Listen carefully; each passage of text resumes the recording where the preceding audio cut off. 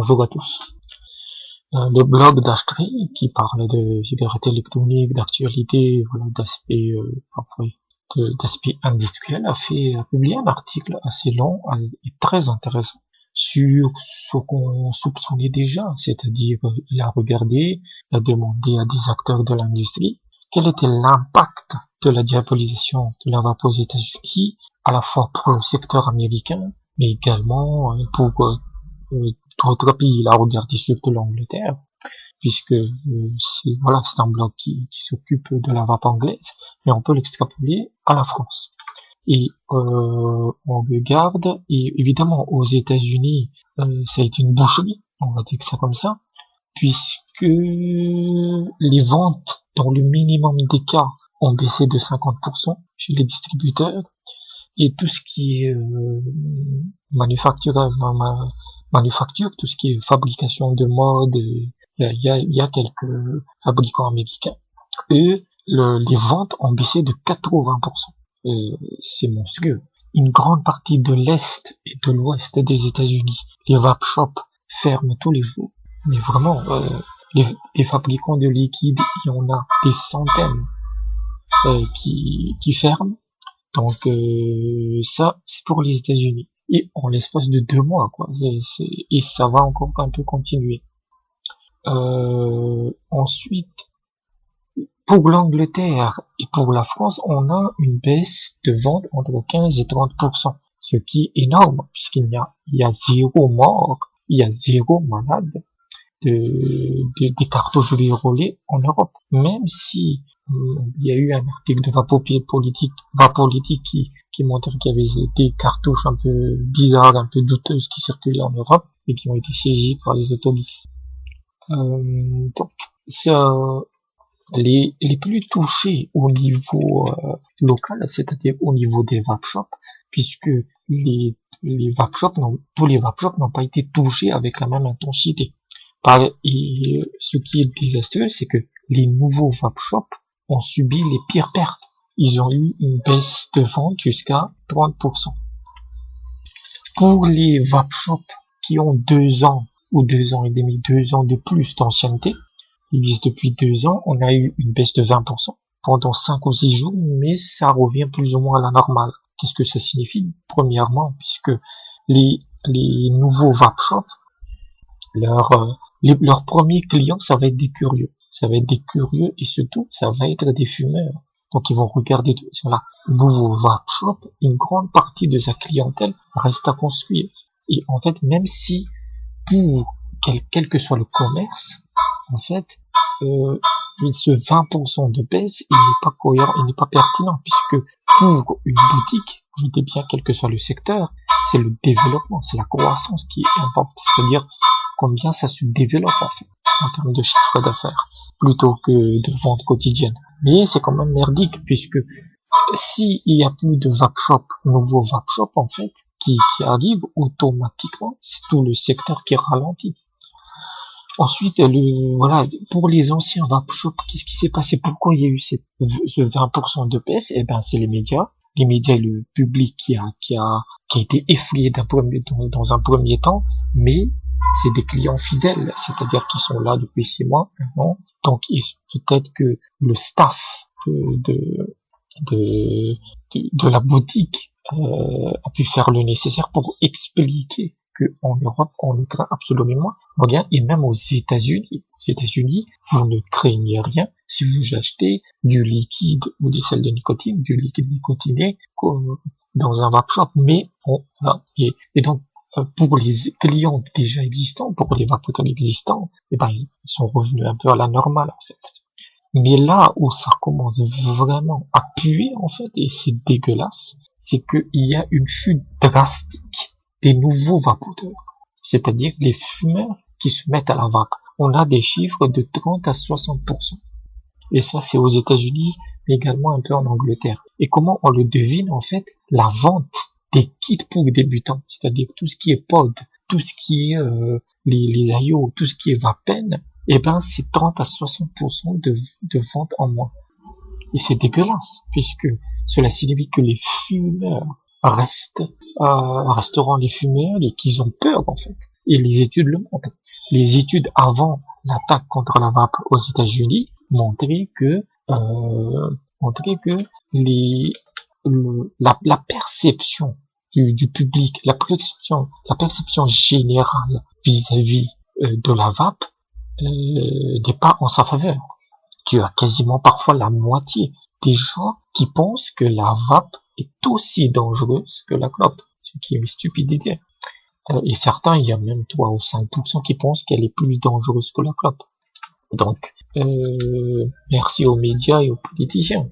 On a aussi un déclin très fort des vapoteurs indécis, les vapofumeurs ou occasionnels. C'est-à-dire que pour eux, la vape, c'est pas important. C'est un truc qu'ils testent de temps en temps pour voir si ça marche. Et c'est souvent le cas des fumeurs. Les fumeurs, souvent, ils vont fumer en majorité, et de temps en temps, ils vont tirer une vape pour voir si ça marche. Donc, il y a ils se disent, bon, je testais pour l'occasion, mais on me dit que c'est dangereux, donc je me casse. Je préfère rester avec une tueuse au moins que je connais, qui va me tuer dans 20 ou 30 ans avec le crabe. Voilà. Une chose intéressante, ce que cet article montre, c'est qu'il y a peu d'impact de cette diabolisation sur les épiceries. Quand je parle d'épicerie, c'est en gros tous les points de vente qui ne sont pas des vape shops. Les convenience stores, les stations d'essence, voilà, tout ce qui est supermarché, il y a peu d'impact négatif chez ces points de vente. Pour une raison assez simple, c'est que s'il y a de la vape au supermarché et dans le futur, peut-être dans des pharmacies ou dans des épiceries ou dans des stations d'essence, les vapoteurs, on va dire entre guillemets expérimentés, ou les vapoteurs réguliers n'achètent pas chez eux. Tu achètes au supermarché quand c'est nécessaire, quand tu n'as plus rien, voilà, quand tu es vraiment dans l'urgence en fait. Donc pour eux, c'est pas quelque chose qui les impacte, et c'est normal, puisque ces points de vente ne se considèrent pas comme des professionnels de la vape. Pour eux, ce n'est qu'un produit comme un autre. Donc si c'est que ça baisse ou que ça baisse ou ça monte, ils s'en foutent. Voilà. Ensuite, la vente en ligne. La vente en ligne a été peu impactée pour le moment. Il n'y a qu'une baisse que de 6% sur les ventes en ligne, mais ce n'est qu'une question de temps. C'est-à-dire que le secteur brique et mortier a toujours de l'avance en termes de tendance vis-à-vis du web. Donc, les ventes en ligne, le pire est encore à venir. On va le voir dans les prochaines semaines, dans les prochains mois en fait. Voilà, il y a un lag. Après, même moi, je peux le dire, puisque moi, j'ai un site web et moi, je vends rien, mais je fais de l'affiliation. C'est-à-dire que quand je propose une review, souvent, si j'ai des coupons intéressants, et ben, je mets un lien affilié, bon, je gagne 50 centimes, 70 centimes, c'est toujours, ça ne change rien pour le prix du matos. Et voilà, et en termes, par ma propre expérience, et bien, c'est une tuerie, en fait. C'est mort. Ça fait 1 mois et demi qu'il n'y a plus eu aucune vente par affiliation. Alors qu'autrefois, bon, si moi j'ai un petit site, j'avais peut-être 3, 4 ventes, hein. Bon, je suis pas là pour mentir, mais c'est juste que comme la publicité interdite, t'es obligé de faire autre chose. Et j'avais eu, voilà, 2, 3, 4 ventes, ça dépendait des produits par semaine. Aujourd'hui, c'est une vente sur 1 mois et demi, sur 45 jours. Voilà. Donc, dans tous les pays, en tout cas occidentaux, que ce soit en Amérique et en Europe, c'est la pire régime. On l'a vu avec le Vapexpo. Le Vapexpo 2019, c'était un désastre. C'était très morose comme ambiance. Parce que les gens ne venaient pas, les gens avaient peur. Maintenant, est-ce que cette baisse est temporaire? C'est ça la question. Est-ce que c'est juste une période de vache maigre? Selon cet article, après, pour moi, cet article brosse, comment je dirais ça? Il est un peu trop positif. Il dit que, ouais, la baisse est temporaire, et que ça va, en tout cas, selon les prédictions des analystes, ça va augmenter de 10%, sur le long terme. Mais est-ce que c'est 10% après les 60% de pertes? Donc, on a toujours 50% de pertes, en fait. Donc oui, dans l'ensemble, la vape a été détruite par les États-Unis, par la diabolisation des États-Unis. Petite parenthèse, je pense que vous connaissez cette histoire, c'est que qui a lancé ça? Qui a lancé cette attaque? C'est Bloomberg. C'est le milliardaire Bloomberg, c'est le groupe Bloomberg qui a mis sur la table 60 millions de dollars pour bannir les liquides, les liquides avec saveur, les liquides parfumés, pour les politiciens. Même si cette campagne n'était pas destinée au public, elle était destinée aux législateurs et ça a marché. Voilà, ce que je disais dans une vidéo, c'est que le lobbying achète le temps d'un politicien. Voilà. Donc voilà, il faut des millions de dollars pour influencer des politiciens. Mais ce qui est intéressant avec Bloomberg, c'est que une de ces entreprises de financement, il y a beaucoup d'entreprises d'investissement, elle a investi dans un truc, dans une compagnie qui s'appelle Hava Health, qui fait un produit qui s'appelle HAL, ou HALE, H-A-L-E. Et en gros, c'est un vaporisateur. Et ce qu'ils disent, en fait, que c'est pas de la vape, c'est pas une cigarette électronique, c'est autre chose. Voilà, c'est un concurrent. Donc, c'est vraiment une putain de coïncidence très étrange que ce Bloomberg met 60 millions de dollars sur la table et investit en même temps sur ce truc que beaucoup de gens considèrent comme du snake oil, c'est-à-dire que c'est du vent en fait. Et en gros, qu'est-ce que c'est? C'est un produit avec une double cartouche qui permet de contrôler le niveau de nicotine. Et c'est un peu délicieux parce qu'en France, on a déjà une entreprise qui propose déjà ça. Ça a été le premier dans le secteur et c'est un vrai produit qui s'appelle Enovap, qui est une espèce de cigarette électronique qui vous permet, il y a une double cartouche, en tout cas de ce que je sais, d'un côté tu as la nicotine, ça vous permet de contrôler la dose de nicotine, ça vous permet aussi de mélanger deux liquides en fait. Donc voilà pour l'impact désastreux de cette diabolisation.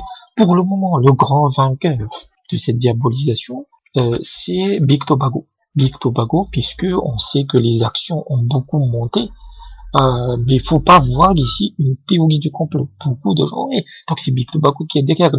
Non, c'est juste que la vape est un business. La cigarette électronique a été inventée par le business, elle a été pas inventée par la médecine. Ce qui fait que je défie un investisseur d'investir dans la cigarette électronique aujourd'hui. Donc qu'est-ce qu'il va faire? Il va investir sur un produit concurrent. Soit ça va être le tabac chauffé, et le tabac chauffé appartient à Big Tobacco. Donc c'est juste une réaction des investisseurs. Les investisseurs sont tout sauf des agents rationnels, ce sont des agents émotionnels.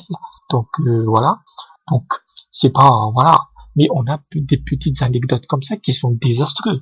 Dans l'article, on voit, on lit que un père incite le fils vapé et son père l'a incité à retourner à la clope parce que pour lui, la vape était beaucoup plus dangereuse par rapport à la diabolisation.